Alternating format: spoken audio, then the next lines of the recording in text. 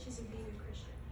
So a couple months ago, we had this small groups where we were starting to do Bible studies together with our youth. And our youth pastor, Pastor Devin, was talking about the 4 H's of prayer and Bible study. And I immediately was like, whoa, 4-H. I grew up in this club, this group, doing 4-H, which is a youth development program run by the USDA to help young people develop life skills through experiential learning. So that has nothing to do with Jesus or anything like that. I literally was showing chickens and learning about animals. And so you're all probably like, what the heck does that have to do with this? But I remembered we had this pledge, which was, I pledge my head to clearer thinking, my heart to greater loyalty, my hands to larger service, and my health to a better living through my club, my community, my country, and my world. Still, nothing to do with Jesus, nothing to do with being a Christian or anything like that. But I realized each piece of this pledge I could put into my faith and how to be a better Christian. First is your head for clearer thinking.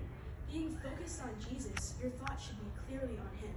2 Timothy 4:5 says, "But as for you, be clear-headed in every situation. Stay calm and cool and steady. Endure every hardship without flinching. Do the work of an evangelist. Fulfill the duties of your ministry."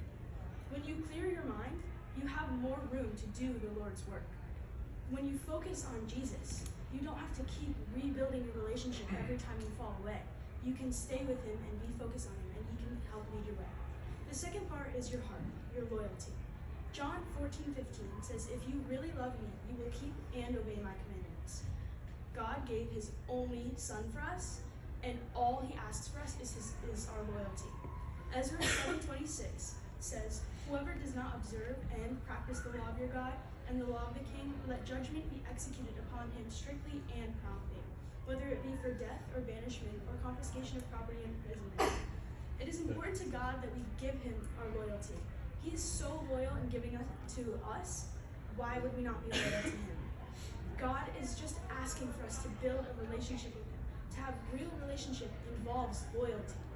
He just wants us to believe in him. I was thinking about this and I decided to look up what it really means to believe, what a belief is. So the Oxford Dictionary says a belief is any proposition that is accepted as true on the basis of inconclusive evidence. A belief is stronger than the basis of an opinion, but not as strong as an item of knowledge. More generally, belief is conviction, faith, or confidence in something or someone. By believing in him, we are being loyal. Our God is forgiving, but there is still a judgment coming. And without our loyalty, he has nothing from us, and we are not worthy of eternal life with him. The third part is our hands, our service. Matthew 20:28 says, "Just as the Son of Man did not come to be served, but to serve, and to give his life as ransom for many." Jesus came down from heaven and did not ask to be treated like a king. He served others, and he taught them how to serve our God.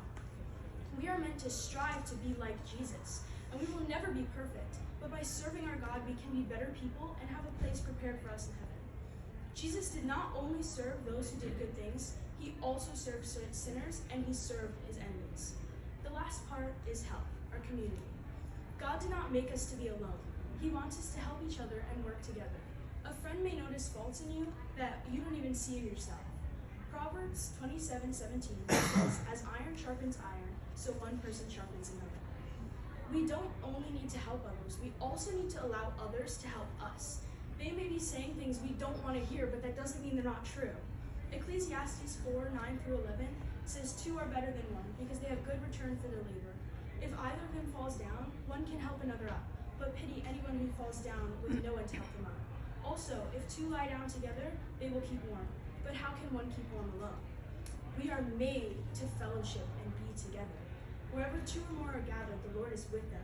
We don't have to be alone with God. He wants us to be alone together. He wants us to be fellowshipping and working together with him. I just want to leave you guys reminded to keep focused on Jesus, keep loyal to him, do his service, and work with others and let others work with you. Good. Good job.